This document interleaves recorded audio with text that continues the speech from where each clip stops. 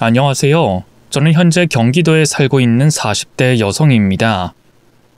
저는 바로 몇 년 전에 이혼을 했고, 일단 그 이야기를 시작하기에 앞서서 제 어린 시절부터 써볼까 해요. 제가 7살의 어린 나이에 아버지가 바람이 나서 가정을 벌였습니다. 정확히 말하면 바람이라는 걸 인지하게 된 순간이 7살이란 나이였죠. 물론 그런 사실을 몰랐을 때도 아버지의 외도는 습관적이었습니다. 이모, 친구, 동생이라는 이름으로 각기 다른 얼굴의 여자들을 저에게 소개해줬고, 어린 저는 아무것도 모르고 방긋방긋 웃고 인사해주곤 했었어요. 지금 생각하면 그게 어머니에게 얼마나 큰 상처가 됐을까 후회를 하곤 합니다. 다시 말하면 그런 소개의 장소가 모두 집이었다는 것. 엄연히 가정이 있는 남자가 여자를 집으로 끌어들였다는 것. 더욱이 뻔뻔하게 자신의 친딸에게 소개를 해줬다는 것만 봐도 저희 아버지가 어떤 사람인지 짐작이 가실 것 같네요. 그렇게 결국 어머니는 제가 7살이 되던 해에 이혼을 했고, 그 뒤로는 굉장히 힘들게 저를 홀로 키우셨습니다. 그래서 저는 아버지가 그립진 않았지만 그리웠죠.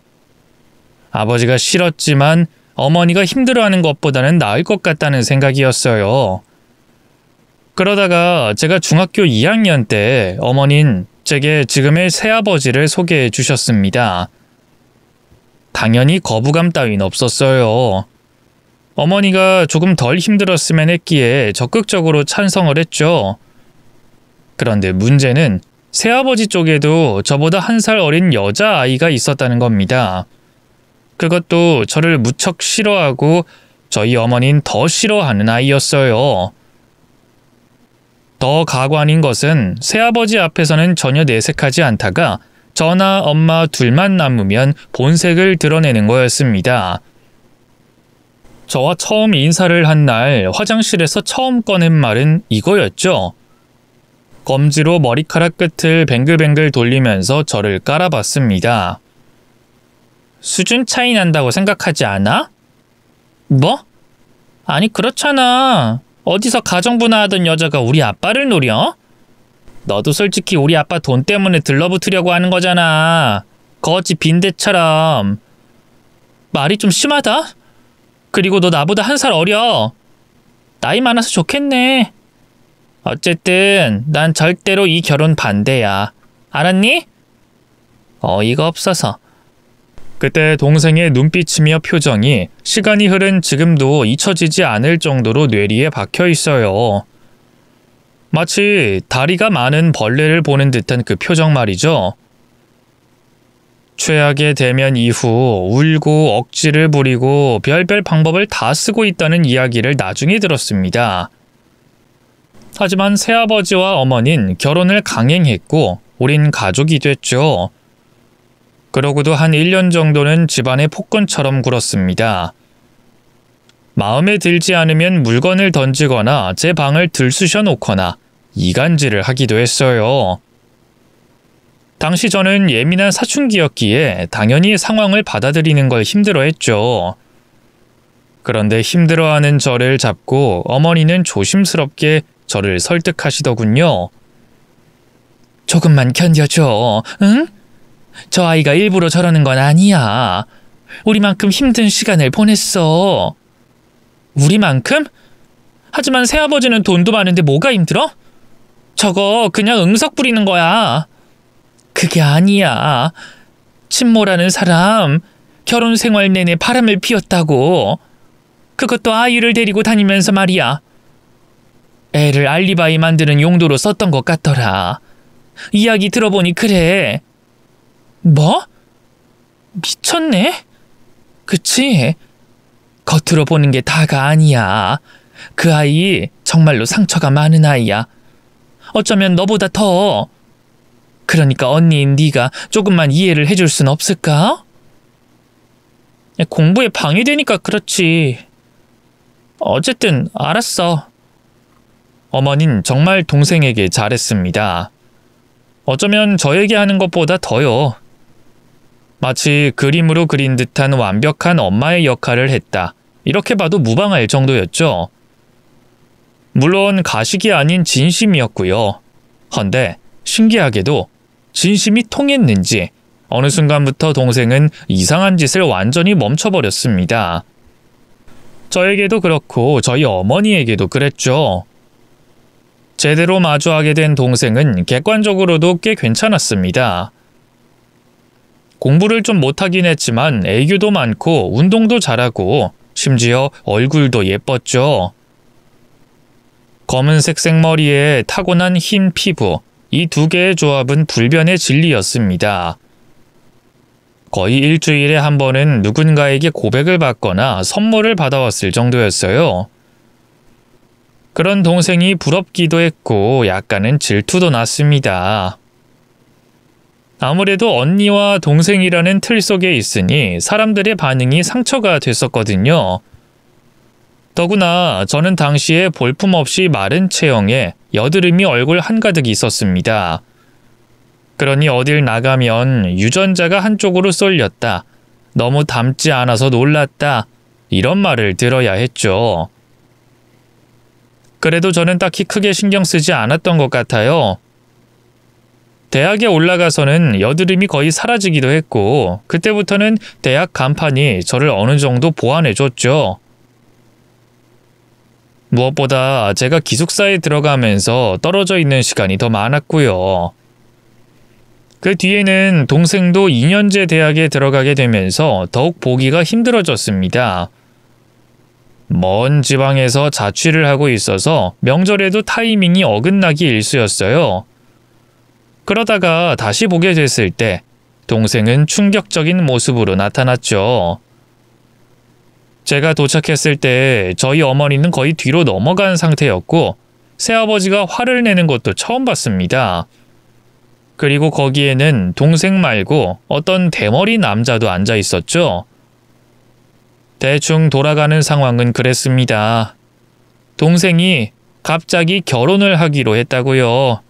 그리고 동생보다 적어도 10살은 많은 것처럼 보인 남자는 저와 동갑이었죠.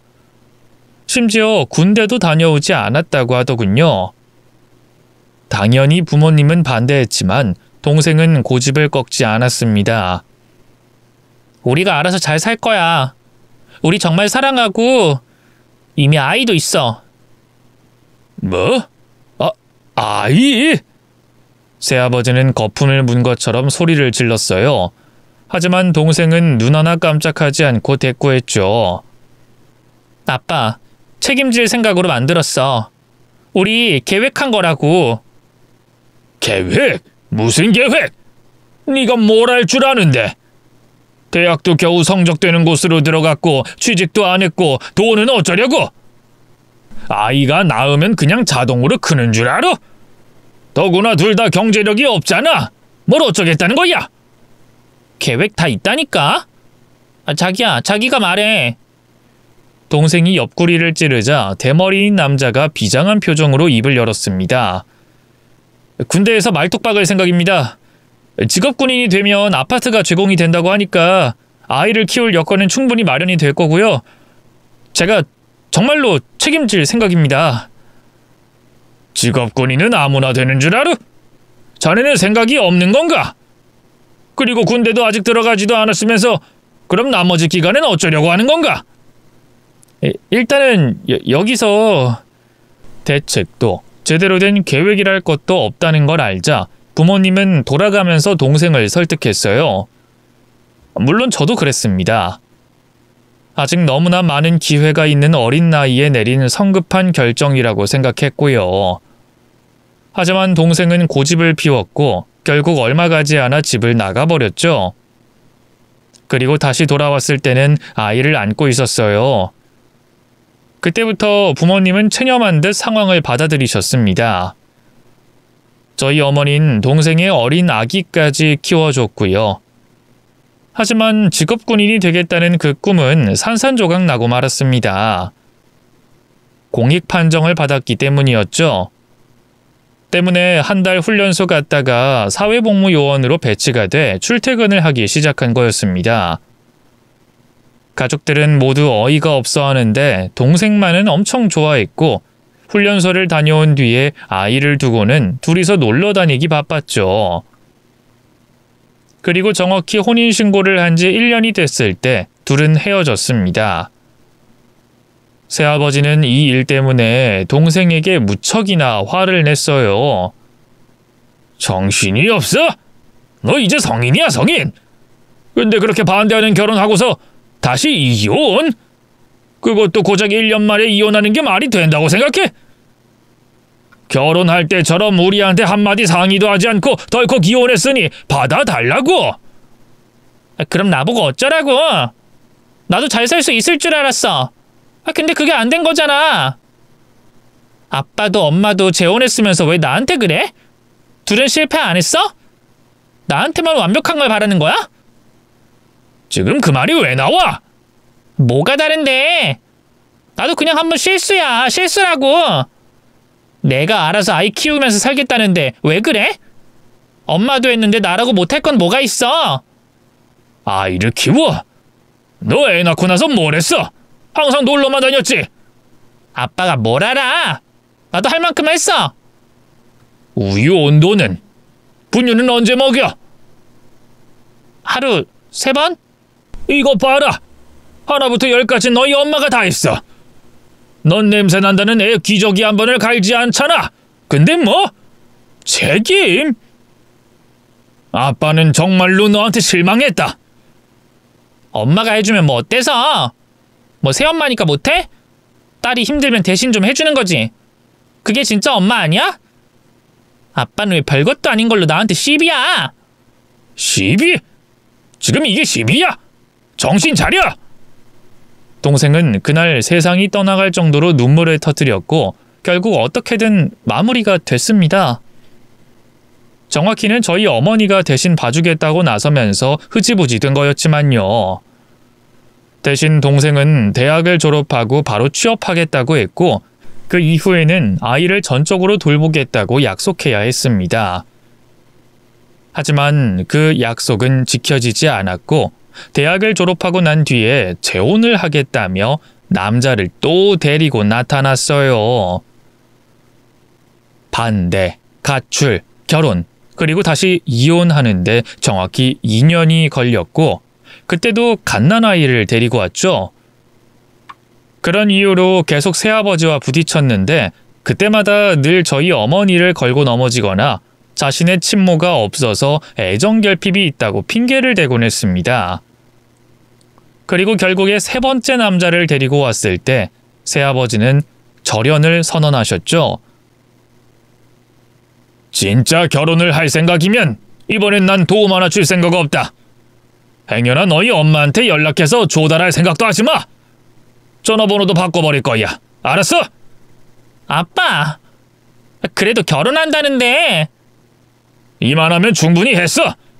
너 우리 핑계대면서 재혼까지는 그래 그러려니 했다. 하지만 3번째, 네가 알아서 해라. 앞으로는 우리 볼 생각하지 말고. 알았니? 아빠, 진짜 해도 해도 너무해. 엄마도 뭐라고 좀 해. 저희 어머니는 머뭇거리다가 동생의 손을 잡고 다독였습니다. 딸, 그냥 엄마랑 애들이랑 같이 살자. 결혼해서 뭐해, 응? 그리고 애들도 아직 너무 어린데 엄마 손길이 더 필요할 나이야. 알잖아. 싫어. 이 사람이랑 있으면 내가 행복하단 말이야. 애들이 날 행복하게 해줘? 아니야. 이 사람이랑은 아이 절대로 안 낳기로 했어. 그러니까 이번만 도와줘, 응? 어머니가 고개를 숙이자 동생은 이번에 저에게 부탁했죠. 언니도 좀 말을 해. 같은 여자잖아. 이해 못해? 엄마가 벌써 네 아이들만 둘을 돌보고 있어. 현실적으로 생각해. 너 취업도 아직 못한 상태잖아. 졸업만 겨우 했고. 근데 또?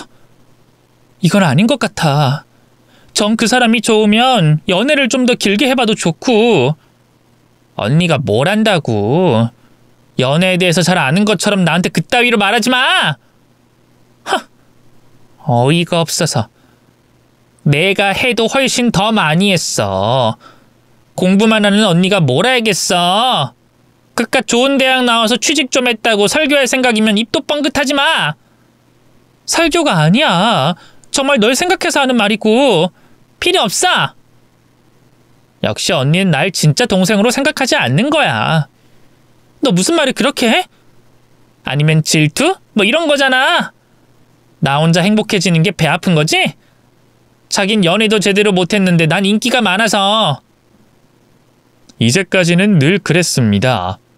이런 식으로 싸움이 지속되다가도 결국엔 동생의 손을 들어줬죠. 아버지도 어머니도 저도 말입니다. 하지만 그때는 그런 분위기가 아니었어요. 심지어 제게 대들면서 언성을 높이는 동생의 뺨을 때린 건 새아버지였죠. 아빠, 지금 나 때린 거야? 그것도 엄마랑 언니가 보는데? 행복? 너 행복하자고 집안 꼴 이렇게 된 건 아무래도 상관없다 이거야? 너희 엄마 애들 씻기고 매일 안고 그러다가 허리에 병까지 났어. 근데 네가 결혼하려는 이유가 행복하고 싶다고? 애들 데려가라는 말은 하지 않으마. 하지만 애들 데리고 갈 게 아니라면 여기 근처에 오지도 말거라. 딸 하나 없다고 생각하면 되니까. 아빠, 그 말 진심이야? 지금 이 상황에 날 버린다고? 언제까지 내가 받아줘야 하니? 너 친엄마 이야기 언제까지 할 거야? 여기 상처 안 받은 사람이 어딨어? 더구나 지금 네가 하는 짓은 아이들을 불행하게 만들고 있어. 너 이제 내 딸이기 이전에 엄마야. 근데 행복? 그럼 넌 엄마 자격도 없다. 아빠는? 본인 행복하려고 재혼한 거잖아. 내가 반대할 땐 왜 했는데? 아직도 그 이야기야? 언제까지? 결국엔 너도 행복해지는 길이었어.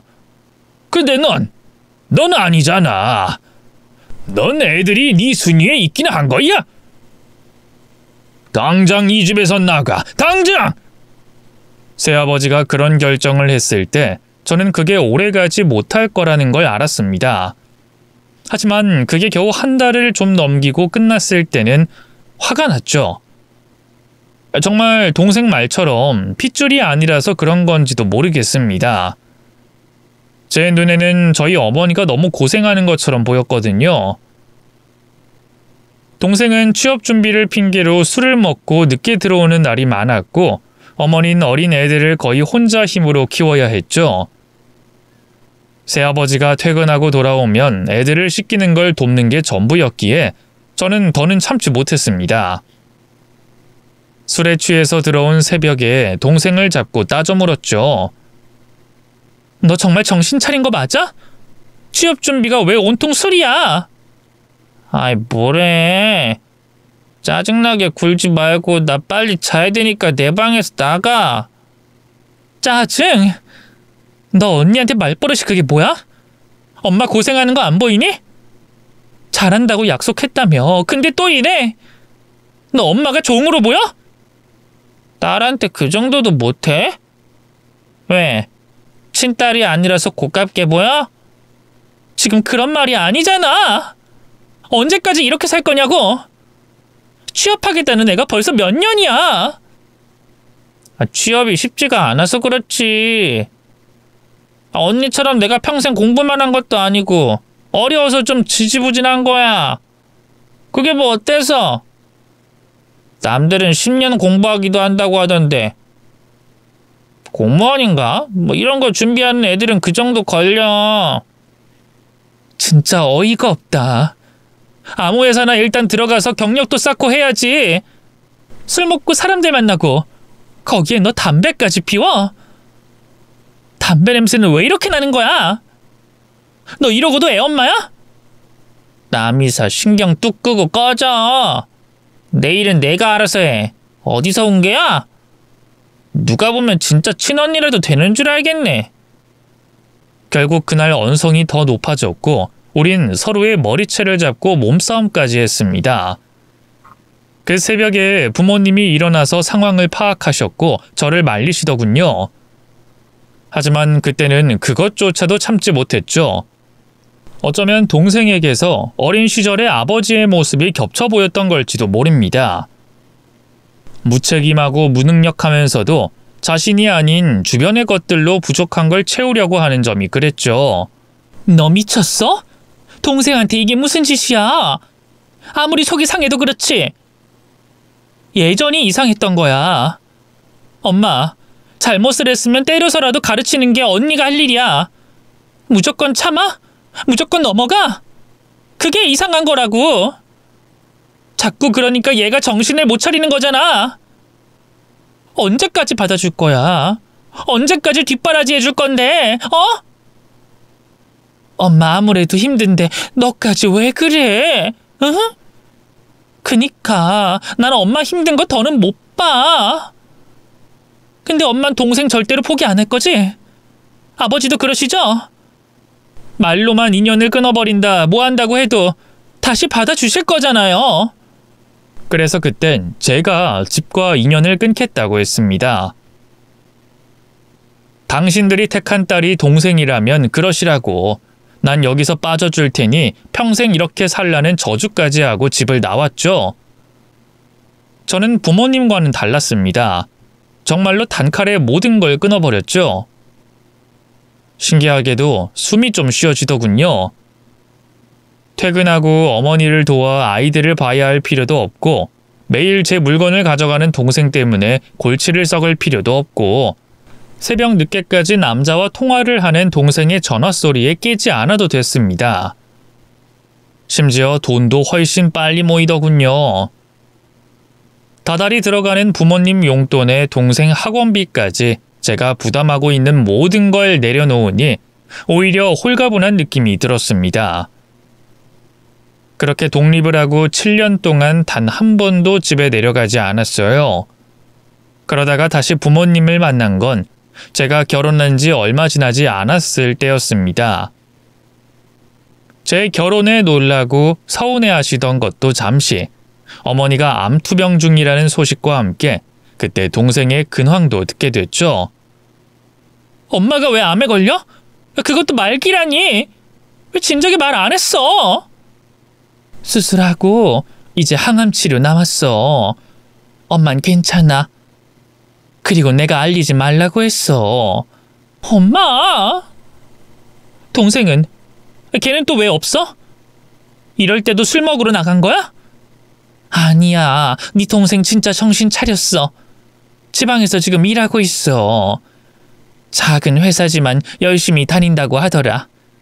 이제 남자도 만나지 않는다고. 그래? 지금이라도 정신 차렸다면 다행이고. 근데 그 말 믿어도 되는 거 맞아? 진짜야. 넌 못 믿겠지만 정말 열심히 한다고. 그러니까 이제 너도 그만 동생 용서하고. 엄마, 나중에 다시 찾아볼게. 너무 급하다. 응? 지금은 엄마가 우선이야. 새아버지는 미안한 듯 제 손을 잡고는 말하더군요. 그래, 네가 마음 가는 대로 해라. 나도 확실하게 네 동생한테 말했어. 이번엔 절대로 허튼 짓 하지 않겠다고 하더라. 만약 정말 허튼 짓 또 하게 되면 내가 그때는 안 볼 거다. 내가 어설프게 애를 감싸는 바람에 너까지 피해가 갔다는 생각하면 마음이 아파. 미안하다. 아버지가 뭘요. 전 이해해요. 너한테만 매번 이해를 바라는 게 너무 미안하구나. 완벽한 화해는 아니었지만 어쨌든 저는 어머니의 간병을 위해서 다시 왕래를 하기 시작했습니다. 대장암으로 고통스러운 수술과 항암 치료를 받은 어머니의 몸 상태는 좋지 않았어요. 그나마 다행인 건 어느 정도 차도가 있다는 것이었죠. 문제는 제가 일과 간병 모두를 하고 있으니 집안일까지 하기에는 너무 버거웠다는 겁니다. 남편이 대충 하긴 해도 늘 피곤에 쩔어 있고 야근을 밥 먹듯이 하는 회사였기에 현실적으로 불가능에 가까웠죠. 물론 저도 마찬가지였습니다. 그래서인지 남편이 어느 날 조심스럽게 말을 꺼내더군요. 간병이 하루 이틀 걸릴 것도 아니고 아무래도 오랜 시간을 잡아야 되는 거잖아. 아마도? 왜? 불편해? 내가 집에 잘 못 들어와서 그래? 에이, 장모님 일인데 불편한 건 뭐 그 정도는 괜찮아. 근데 우리 가정부 드리면 어때? 가정부? 그건 좀 너무 부담스러울 것 같은데? 우리가 그럴 형편은 아니잖아. 그니까 당신한테 묻는 거지. 난 그럴 형편이 아니지. 중소기업 과장 겨우 달아서 월급도 적고. 하지만 당신은 아니잖아. 대기업 다니기도 하고 장인어른 능력도 좋으시고. 부모님 도움 받을 생각 없어. 그리고 이 집 대출금도 한참 남았고. 그래도 너무 힘들어서. 물론 당신이 힘들 것 같아서 그래. 내 말 무슨 뜻인지 알지? 무슨 뜻인지는 알겠는데 겨우 2인 가족이야. 가정부가 말이 된다고 생각해? 음식도 대부분 배달해 먹잖아. 빨래만 몇 번 하고 청소하는 것도 힘들다고 사람을 쓴다고? 아니, 뭐 장기간으로 길어질 걸 생각하면 어떤가 이런 거지. 됐어. 신경 쓰지 마. 눈치를 보면서 말하는 남편이 가엾기도 해서 그날은 생각만 해보겠다고 하고 넘어갔습니다. 하지만 아무리 생각해도 저희 형편에 어울리지 않는 짓이었죠. 일단 저 혼자만 생각하면 가정부 정도는 드릴 여유가 됐어요. 하지만 남편 쪽이 문제였습니다. 일단 남편의 벌이가 좋지 않은 것은 둘째로 하더라도 시댁에 들어가는 돈이 꽤 컸거든요. 몸이 안 좋은 시어머니에게 들어가는 병원비며 용돈, 생활비, 그리고 저희 집 대출금까지 대부분을 제가 부담하고 있는 실정이었기에 현실적으로 불가능했죠. 그런데 이 이야기를 저희 아버지가 먼저 꺼내셨습니다. 갑자기 가정부를 드리라니. 혹시 저희 남편한테 연락 받으셨어요? 가정부 어쩌고. 아니야. 아빠는 그런 게 아니라. 아버지, 이런 문제는 솔직하게 말씀해 주셔야 해요. 우리 형편상 말도 안 되는 짓이고. 그니까 내가 대신 그 돈을 지불할 생각이 있다는 말을 하는 거지. 장서방이랑은 관계가 없고 난 그저 그러면 어떤가 하는 생각을 좀 했던 거야. 아버진 정말로 아니라고 했지만 앞뒤가 맞지 않았어요. 남편이 이야기를 꺼냈는데 갑자기 그걸 다음 날에 다시 아버지 입을 통해서 듣게 될 확률은 낮았으니까 말입니다. 더구나 가정부를 드리는 걸 허락했다는 대목에서 둘 사이에 연락이 오고 간 게 틀림이 없었죠. 정말 화가 났습니다. 자존심? 이런 종류가 아니었어요. 남편이 이런 앞뒤 없는 행동을 한 것이 화가 난 거였죠. 적어도 결혼 전에는 상황을 파악하고 눈치도 볼 줄 아는 사람이었습니다. 집안도 학력도 연봉도 기준에 미치지 못했지만 사람 하나 보고 결혼했던 거였으니 더욱이 실망스러웠고요. 그깟 집안일이 뭐라고 제가 간병 좀 한다고 가정부를 드린다니 기가 찼습니다. 그래서 저는 남편에게 따지기 위해서 집으로 바로 들어갔죠. 그런데 어정쩡하게 식탁에 서 있는 건 남편뿐이 아니었습니다. 모자를 눌러쓰고 마스크를 눈 밑까지 올려 쓴 여자도 있었어요. 그때는 모두가 마스크를 쓰고 다녔기에 저 역시도 낯선 사람의 방문에 마스크를 벗지 않았죠. 여보, 오늘 늦는다고 하지 않았어? 병원에 있을 거라고. 출근도 거기서 할 줄 알았는데. 그랬지. 근데 누구야? 이 밤에? 장인어른한테 들었지? 가정부. 가정부? 그래, 새로 들어온 가정부야. 인사해. 여긴 내 안사람.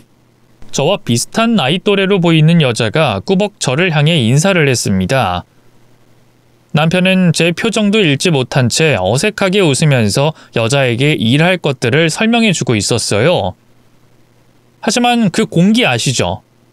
마치 뒤에서 몰래 욕을 하던 사람들 앞에 당사자가 나타난 것 같은 그런 느낌이요. 더구나 차림도 이상했습니다. 어떤 가정부가 짧은 치마에 가슴이 파인 옷을 입고 일을 하나요? 그런데 그 여자는 그랬습니다. 당장 클럽이나 나이트에 들어가도 이상하지 않을 그런 차림이었죠. 저는 가만히 남편의 행동을 봤고 그가 안절부절 못하고 있는 것도 확인했습니다. 둘이 무슨 사이야?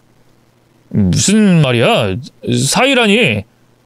가정부가 저런 옷을 입고 일을 하러 왔다는 거야? 면접!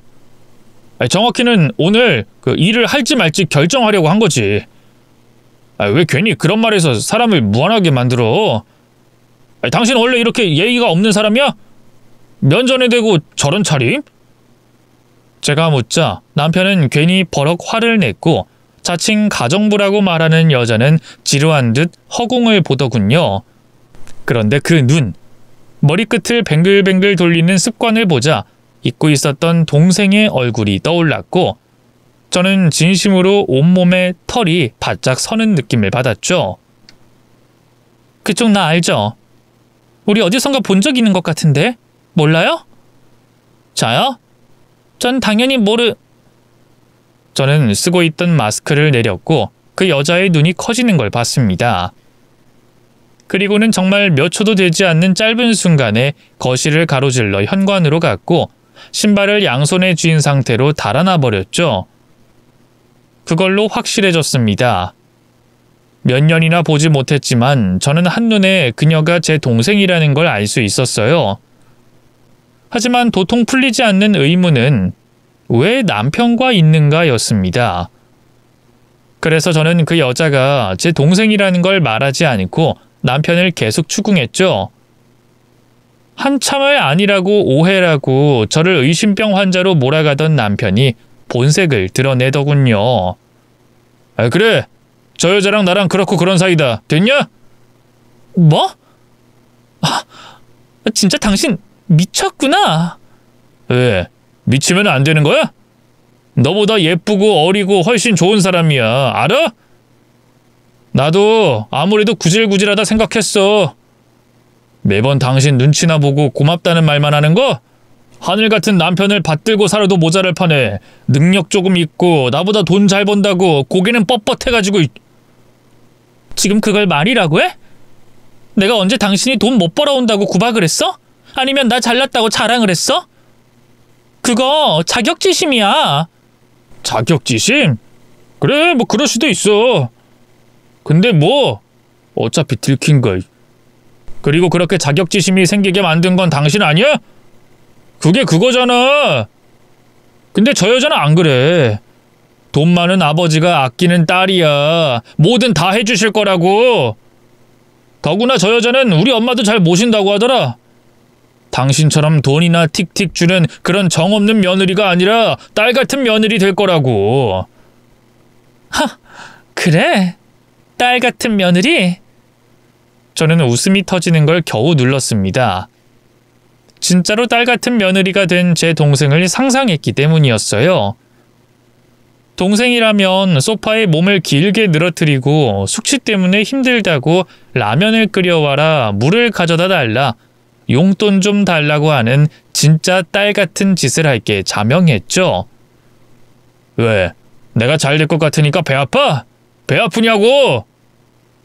이제 진짜 지겨워. 인생은 한 번인데 이렇게 살아서 뭐 하겠어? 내가 진심으로 좋아하는 여자 만나서 잘 사는 게 진짜지. 차라리 속이 후련하다. 그냥 말할 걸 그랬어. 그러게, 빨리 말하지. 근데 그 여자는 알아? 너 유부남인 거? 그럼 모르겠어? 모르고 내가 집에 들였을 것 같아? 다 알면서도 날 좋아하는 사람이야. 내 조건도 뭣도 아무것도 상관없다고 하더라. 배신감과 분노보다 먼저 떠오른 게 계산이라면 제가 이상하게 보이실까요? 저도 약간 제 그런 면이 질릴 때가 있는데 감정적인 것보다는 이성이 먼저 발동하는 부분이 그랬습니다. 그때 떠오른 건 대부분이 제가 부담했지만 공동 명의로 된 이 아파트, 그리고 시어머니 앞으로 들어가던 거액의 보험료였죠. 보통의 사람이라면 이미 동생이 이런 짓을 했다고 부모님께 말하고 남편에게도 이런 여자다 말하는 수순을 밟겠지만 저는 일단 계산기를 두드렸습니다. 그리고는 남편과 헤어지지 못하게 했다고 했죠. 의외의 반응에 놀란 듯 했지만 기분은 정말 좋아 보이더군요. 마침내 자신이 우위를 점했다고 생각하는 것 같았습니다. 동생이 좀 걸리긴 하지만 정확히 자신의 얼굴을 못 봤다는 생각을 하면 오히려 더 날뛸 성격이었죠. 특히나 제 남편이라는 사실에 동생은 작은 희열을 느낄 겁니다. 이전부터 모든 사랑을 독차지하고 관심받는 걸 좋아했는데 특히나 저와 비교 대상이 되는 걸 무척 좋아했었죠. 그때는 어리다고 그냥 넘겼던 부분이었지만 그걸 고치지 않았다는 확신이 생겼습니다. 집에는 취업을 했다고 거짓말하고 여전히 이전의 생활도 버리지 못한 걸 보면 말이죠. 어쨌든 저는 그렇게 연기를 했고 증거도 착실히 모았습니다. 슬프지 않았냐고 물으신다면 물론 그랬죠. 저밖에 모르던 착했던 사람이 다른 사람, 그것도 제 동생을 사랑한다니 당연히 마음이 아팠습니다. 하지만 어린 시절의 제 경험은 저를 강하게 만들었던 것 같아요. 한 번도 바람을 피우지 않은 사람은 있어도 한 번만 피운 인간은 없다는 말을 뼈에 새기며 이를 악물었죠. 무엇보다 제 동생과 불륜이라는 사실을 알고 났을 때 이미 정이 떨어지기도 했고요. 피가 차갑게 식는 그 기분이 어떤 건지 정확히 알게 됐죠. 계획은 착착 진행됐습니다. 남편은 실제로 자신이 대단한 사람이 된 것처럼 굴었고 술술 불륜 스토리를 풀어놨어요. 그 여자가 돈도 정말 잘 쓰는데 그게 다 아버지 돈이라고 하더라고. 있는 집 딸. 뭔지 알지? 당신도 꽤나 좋은 집이긴 해도 도움은 죽어도 안 받잖아. 솔직히 나 그거 답답하고 이해되지 않았거든?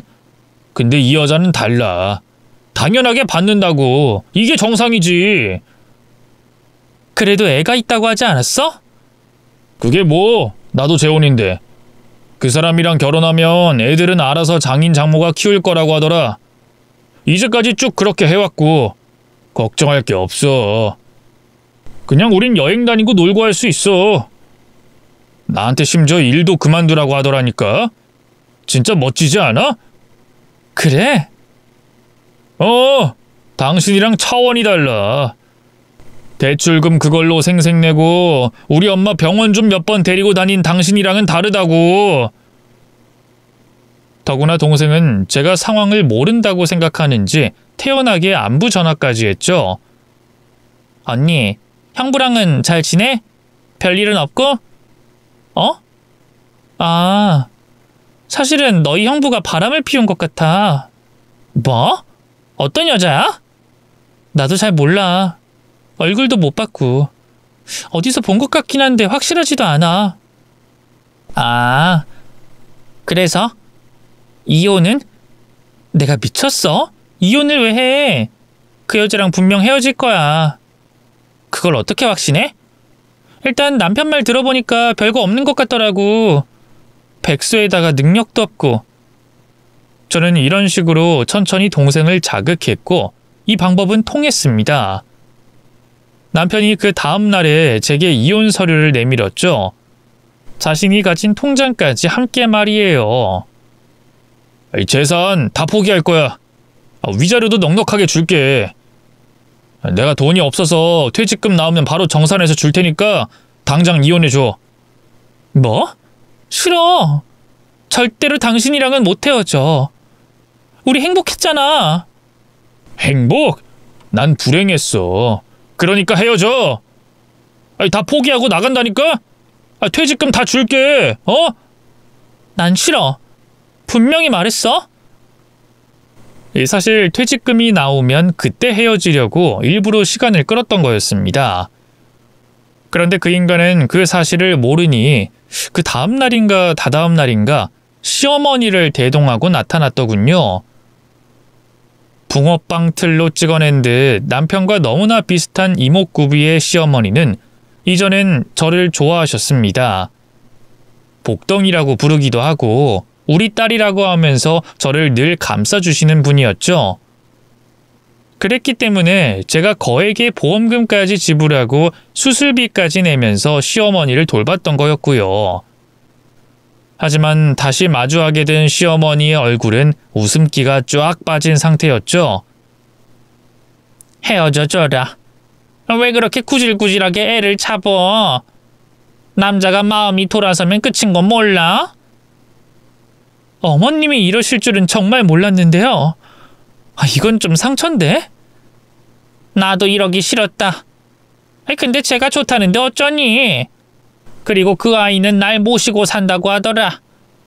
하지만 넌 늘 바쁘잖니? 너한테는 애초에 부탁할 상황도 아니었고. 그래도 어머님이 이러시는 건 아니죠. 제가 잘해드렸잖아요. 잘해? 그건 네 기준 아니니?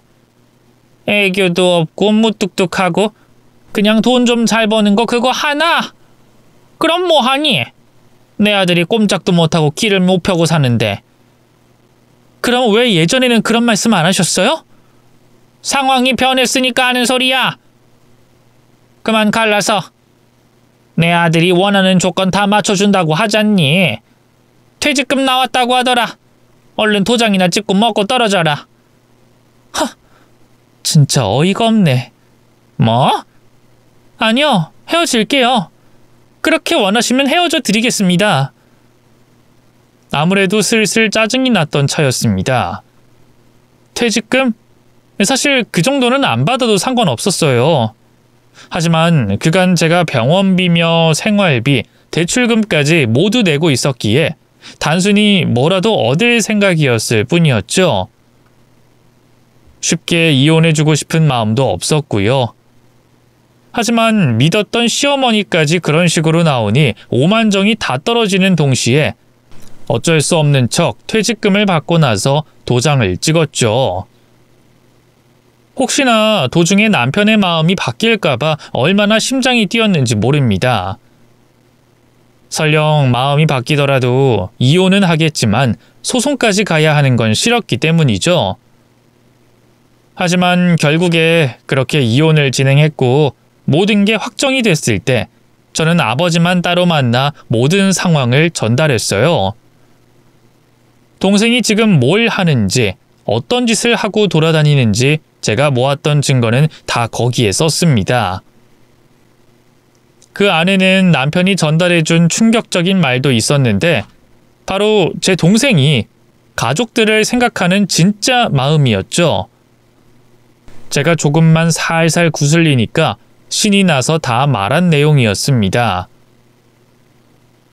자신을 잘 키워줬지만 친모도 아닌 여자는 어차피 오늘 내일하고 죽을 거고 설령 살아남는다고 해도 얼마 가지 못할 것이다. 암은 재발을 하는 병 아니냐, 이런 말부터 아버지 은퇴하고 나이 더 들면 요양원에 보내버릴 생각이다. 괜히 그냥 두면 다른 여자랑 결혼을 할 수도 있으니 재산을 지키려면 사회랑 단절시켜버려야 한다. 그리고 자신의 아이들은 고아원에 입소시키고 상속받아서 떵떵거리면서 살겠다. 이런 내용이었습니다. 그 중에는 저에 대한 부분도 있었는데 자존심이 강해서 친딸이 아니라는 것만 강조하면 상속 포기할 가능성이 높다라고 하더군요. 그건 정말이지 소름이 끼칠 정도로 정확했습니다. 만약 부모님이 다 돌아가신 상황이라면 동생과 싸우기 싫어서 그냥 재산 따위는 포기했을 것 같았거든요. 아버지는 이 녹음을 모두 듣고 조용히 눈물을 흘리셨습니다. 엄마한텐 비밀로 해주세요. 아직 치료 더 받으셔야 하니까요. 나 알아. 내가 너한테 정말 면목이 없고 미안하다. 내가 애를 이렇게 만들었어. 네 결혼도 난 해준 게 없는데 내 딸이 다 망쳤구나. 울지 마세요. 어차피 제 동생이 아니라고 해도 망가질 결혼이었을 거라고 생각해요. 실제로도 아무렇지 않고요. 아니다, 아니야. 내가 잘못했어. 내가 정말 미안해. 너한테 이런 짓을 하다니. 바로 그날 저희 집에는 경찰까지 왔습니다. 누구보다 점잖았고 화를 내는 걸 본 것도 손에 꼽을 정도인 사람이었는데 그날은 동생을 때렸다 이상으로 팼어요. 머리카락도 다 잘리고 눈두덩이도 부풀어 있고 입 안쪽까지 터져서 피가 줄줄 흐를 정도였죠. 그때서야 동생은 제가 모든 사실을 알고 있다는 걸 깨달았고 손이 발이 되도록 빌었습니다. 아빠, 잘못했어. 내가 미쳤었어. 진짜야. 나 몰랐어. 언니 남편인지 몰랐어. 이제 넌 내 딸 아니다. 이전처럼 그냥 말하는 거 아니야. 널 지극정성으로 키워준 새엄마는 재발해서 죽고 나는 요양원에 보낸다고? 네 애들은 고아원에 보내고 너란 애는 정말 끔찍하다. 어쩌면 그런 생각을 할 수가 있어? 장난이야. 장난이라고. 진짜야. 너 같은 애는 필요 없다. 앞으로는 2번은 보지 말자. 설령 내가 죽어도 오지 마라. 동생은 아버지가 통하지 않자 제 앞으로 기어와서 무릎을 꿇었죠. 언니, 진짜 미안해. 내가 잘못했어. 그 남자랑 딱히 결혼하고 싶은 것도 아니었어. 그냥 나도 내가 왜 이러는지 모르겠는데 그렇게라도 내 자신을 증명받고 싶었어. 더 나은 사람이라는 걸 보여주고 싶었어. 진짜야. 정말로. 이해해. 근데 날 언니라고 생각하면 진작에 멈췄어야지. 날 조금이라도 생각했다면 말이야. 앞으로는 안 보면 좋겠다. 내 남편 너 해. 시어머니까지 함께 모두 아낌없이 줄 테니까 가져가. 그 일이 있고 얼마 뒤 새아버지는 아예 이사를 감행하셨습니다. 주소지는 자신의 사업장으로 옮겨놓고 아예 찾지 못하게 해버린 거였죠. 조금 늦긴 했지만 어머니도 결국 그 사실을 알게 됐고 정말 많이 힘들어하셨습니다. 바보 같은 저희 어머니는 또 용서를 하길 바랬지만 새아버지는 완강하셨고 손주들을 생각해서 독하게 마음먹으라고 하시더군요. 그렇게 저희 가족 모두는 동생을 끊어냈습니다. 그래서 통 소식을 알 수가 없었는데 의외의 인물에게서 동생의 소식을 들었어요. 바로 헤어진 전 남편이 질척거리며 저를 찾아온 거였죠. 또 바람이 났다고? 근데 뭐? 그 여자가 날 속였어. 난 감쪽같이 속은 거라고. 정말이야. 재산도 많다고 하더니 그런 거 없고 빚만 잔뜩 있고 우리 어머니 모시고 산다고 해서 집에 데리고 갔는데 며칠이나 안 들어오다가 다른 남자가 좋다고 날 떠났다니까? 근데 뭐? 그러니까 나 다시 받아주면 안 될까? 요즘 내가 재취업도 안 되니까 공장에 다니고 있고 어머닌 혹시 당신 우리 엄마 보험 해지했어? 그럼 이혼한 전처가 시어머니 보험을 왜 들어? 당연히 해지했지. 그래? 그건 그렇다고 치고 그 예전에 이혼하기 전에 당신이 나 잡았잖아. 이번엔 내가 잡고 싶어. 나 진짜 당신한테 잘할게. 우리 다시 합치자. 엄연히 따지면 그 집의 일부는 내 거잖아. 내 퇴직금이 들어갔고 나도 조금은 권리가 있다고 생각해. 고소해. 경찰에 가서 신고를 해. 불륜을 저질러서 위자료로 아내한테 퇴직금을 줬는데 상간녀랑 헤어져서 위자료 다시 돌려받고 싶다고. 여보. 내가 왜 그쪽 여보야? 나랑 헤어지기 싫어했잖아. 날 영원히 사랑한다고 했잖아. 그랬지. 근데 그거 사실 거짓말이었어. 불륜인 거 알고 나서 바로 정이 떨어졌거든. 나도 연기하면서 너무 고역이더라. 이 미친... 너 고소할 거야. 이거 사실이면 사기야. 그래, 꼭 해. 정 떨어졌는데 안 떨어진 척한 죄가 뭔지 나도 궁금하네. 그런데 그때 제 전남편이 제 뺨을 때렸어요. 제가 충격으로 넘어지기까지 하자 전남편은 그 자리를 도망치듯 빠져나갔죠. 물론 저는 바로 경찰에 신고를 했습니다. 병원 진단서까지 끊어서 폭행으로 고소를 진행했고 겸사겸사 접근 금지 가처분 신청까지 냈어요. 정말이지 제가 선택한 남편이 최악의 인간이라는 걸 다시 깨닫게 됐죠. 이 부분은 어느 정도 동생에게 고맙긴 했습니다.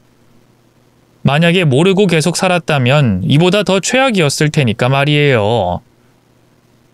물론 그렇다고 동생을 용서할 마음은 손톱만큼도 없습니다.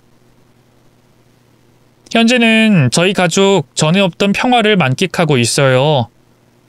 어머니는 1년 8개월 전에 퇴원하셨고 지금까지도 주기적으로 검사를 하러 병원에 가지만 아주 많이 호전된 상태입니다. 그리고 새아버지는 은퇴를 하셨지만 가만히 있는 게 성격에 맞지 않다며 작은 커피숍을 열 준비를 하고 계시고요. 또 동생이 남겨둔 아이들도 어느덧 잘 자라서 학교에 다니고 있습니다. 저는 최근에 대기업은 그만뒀고 다른 회사로 이직을 했습니다. 돈은 조금 주긴 해도 훨씬 여유로운 시간이 보장되어 좋아요. 주말에는 어머니랑 아버지 모시고 여기저기 여행도 다니고 말입니다. 누구나 살아가면서 상처 하나 없는 사람이 어디에 있을까요? 저도 저희 어머니, 새아버지도 상처를 받았습니다. 모두가 누군가의 불륜으로 가정이 순식간에 무너지는 것도 봤고 때론 과거의 일을 회상하며 아직까지도 후회하는 삶을 살기도 하죠. 하지만 자신이 상처받은 과거가 있다고 해서 현재의 잘못이 없는 게 되는 건 아니라고 생각합니다. 무엇보다 자신의 상처를 방패로 혹은 무기로 내세워 다른 사람을 상처 주는 짓을 했다는 건 절대로 용서받을 수 없는 일이라고 봐요. 특히나 자신이 낳은 아이들에게 너무 큰 상처를 줬다는 건 더욱이 그렇죠. 제 생각에 정말로 견딜 수 없을 정도로 큰 상처라면 그걸 남에게 휘두르는 짓도 하지 못할 거라고 생각해요. 얼마나 아픈지 알기에 절대로 못하는 일인 거죠. 언젠가는 동생이 정말 자신의 잘못을 깨닫는 날이 왔으면 좋겠어요. 가족이라는 게 참 어려운 것 같습니다. 지금까지 제 이야기 끝까지 들어주신 분들에게 너무 감사하고 고마워요.